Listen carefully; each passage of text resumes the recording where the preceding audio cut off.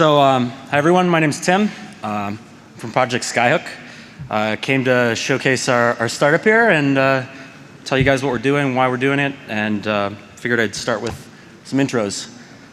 John is the product dev, product lead, founder, designer, and driving force behind Skyhook. Lucas is our lead dev, responsible for most of the code that we're pushing out. We met earlier, just a slide ago. And Kyle, many of you may know from CoinPunk.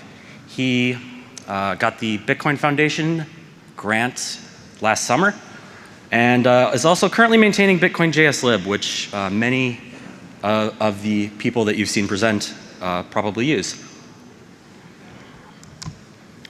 What is the Skyhook? It was originally a term coined by Arthur C. Clarke to describe a space elevator that literally orbited in space and reached down, hooked a ship up, vaulted it up into space. And we saw that as a word that was easily identifiable, unique, that we could use, focus on technology, and most importantly, the beginning and the end are free of the words bit and coin.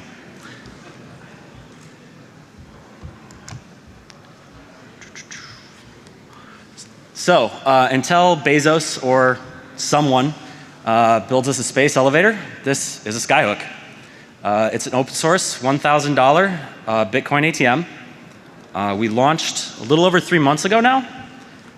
And we were the only ATM company not to take pre-orders and to ship from stock on day one, to the best of my knowledge. And also the only one to ship with open access to the source code. So why are we doing this? I know there's a couple of brothers sitting in the back of the room who continually ask me why we are doing this and selling them for so cheap. But we have a bit of a different incentive model. John and I are both pretty early adopters of Bitcoin, and we both want to see the ecosystem grow. It benefits all of us when the ecosystem grows. And when John started working on this project in 2013, the Bitcoin ecosystem was a much different place. I believe Lamasu had just pushed their first unit out at Liberty Forum, I think, in New Hampshire. And they were the only company. And they didn't have open access to their source code, and we saw that as a problem. One of the main things that hasn't changed since then, even though Bitcoin has become more ubiquitous, easier to acquire, the amount of trust you need to have in a third party to acquire it is still very high. And hat tip to Zach for just open sourcing their full software stack. So we'd like to think we had a hand in that, even though I knew he was planning it anyway. So far, it's been a little over 3 months. Things are going great. We've sold over 175 units, should be hitting 200 before the end of the month here. Shipped to every continent except for the one the South Pole's on.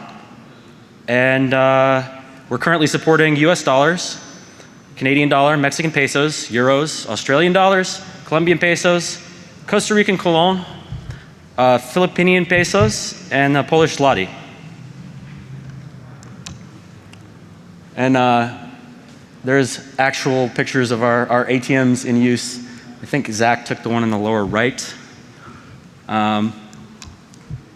Yeah, we're doing great. Part of our commitment to building the community and to open source is we're actually working on a second version, and as soon as we launch our second version, we're open sourcing all of the hardware designs for our first version. So anyone can feel free to make their own. So that is a Skyhook. And you guys can feel free to follow us there. Source code's on GitHub, it's our Twitter, and my email is just tim@projectskyhook.com. So anyone have any questions?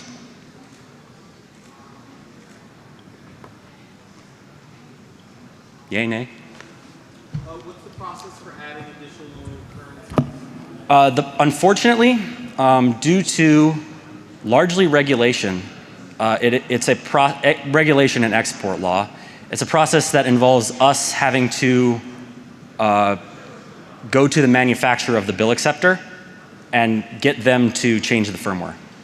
So get them to write a version of the firmware for whatever it is we're using. Now, they have versions for a lot of firmware, but then we have to go through, check that none of the codes are different. Sometimes they change the signal coming from the bill acceptor for the 20 in GBP might not be the same signal for the 20 in US dollars.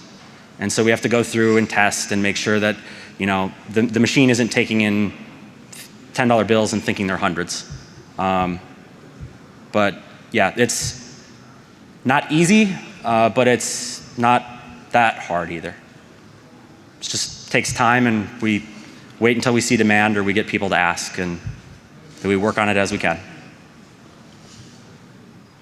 We also accept pull requests, so if there's anything you want to add, and you can add, feel free. Anyone else? Did I mention they're only $1,000? Cool. Well, thanks for your time. Thank you, Tim.